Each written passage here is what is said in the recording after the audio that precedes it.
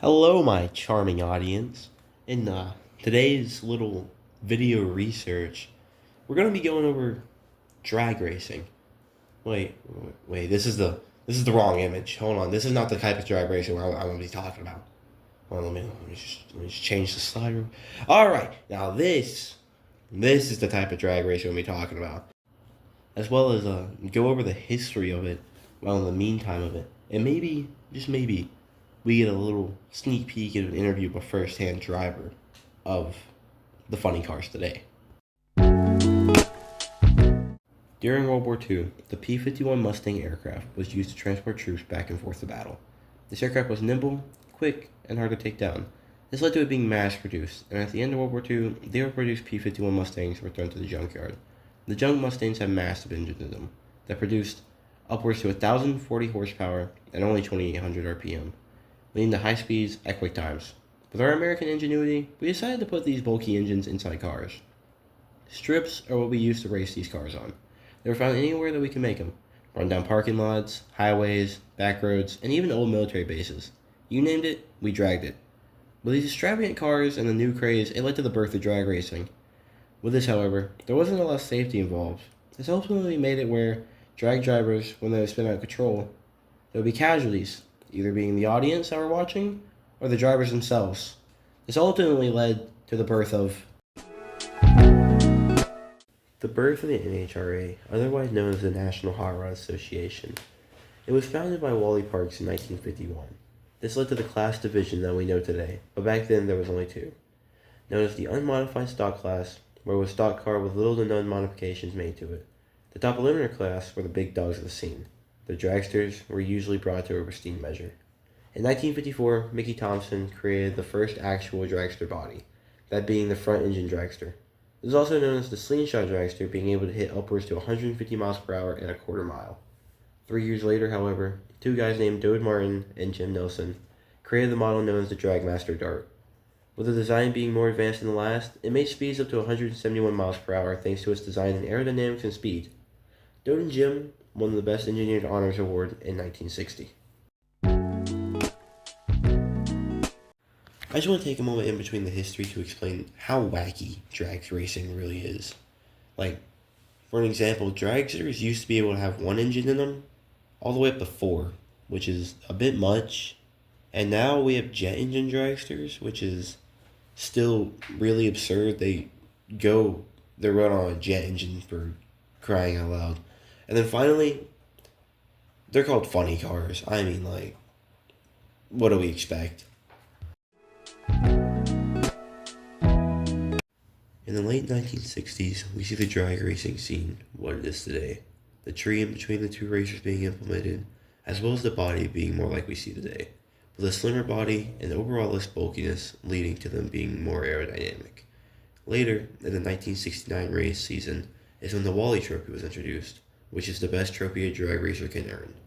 Sadly, in the 1970s is when the infamous racer, Don Garled, severed his toes from his right foot. This is because the transmission drum came backwards onto him.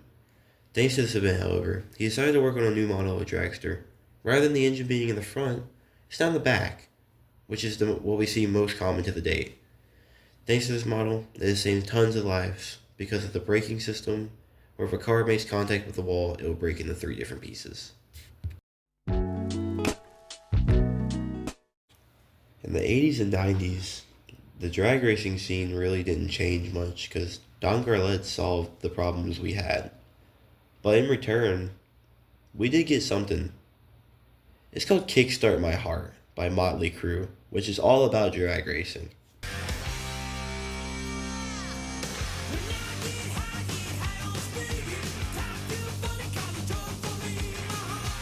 Anyways, the role of RuPaul in drag racing is really hard to explain because A, he did put the nail in the coffin of drag racing, and B, it was more of a consumerism fault because we as consumers didn't know that Drag Race was not Drag Race. Which doesn't sound right, but let me break it down. RuPaul's Drag Race is about drag queens drag racing, but As consumers, when we see drag race on television, we immediately think of the sport, race cars, drag racing, which in our minds is, yeah, fast cars. But in reality, it was, oh, drag queens, which a lot of people lost trust in the NHRA because they thought that they were behind it. But as stated, it was most certainly the consumer's fault and definitely not RuPaul, but RuPaul does have a role to play to it in the end of the day. As of recently, drag racing has not changed a whole lot. It has been the same, it's been the standstill because there's not really much newer generations coming into the floodgates because cars is just a dying passion. But as of recently, of last weekend, a driver passed away at Lebanon Valley Dragway at the age of 57. His name was William Janke.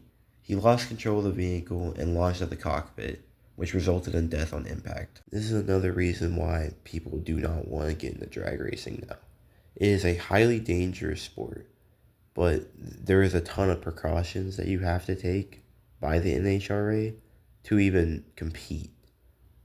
They take safety very seriously, and the Janky, may he rest in peace. A quick little interview with someone who is a drag racer. I'll flash some of his previous cars up on the screen, those as dragsters and trophies, where y'all can understand, and let the interview begin. All right, so I'm here with Chas Ledford, an experienced drag racer, and we're going to be asking him some questions about his experiences. So, first question: when did you start drag racing, as well as get your first dragster?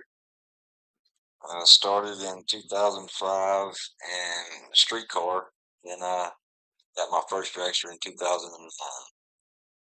Well, alrighty. Well, how many races have you won? At least seven. At least 7. Are you still an active drag racer? I am. Loud and proud? Oh yeah. What is the dial system and how do you use it? So the dial system is whatever you think your car will run. That time on your car, then your opponent has his time, and the slower car gets the head start, and your goal is to run your time, but you've got to beat him to the finish line. And this is all bracket racing, correct? It is. Alrighty. Well, final question for you. Do you enjoy drag racing as it is in the modern day? And if it's yes, why?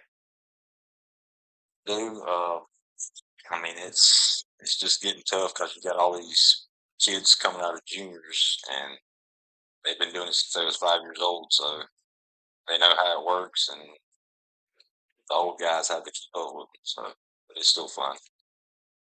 Alright, well, that's all I got for you. Thank you for your time. All right, thank you.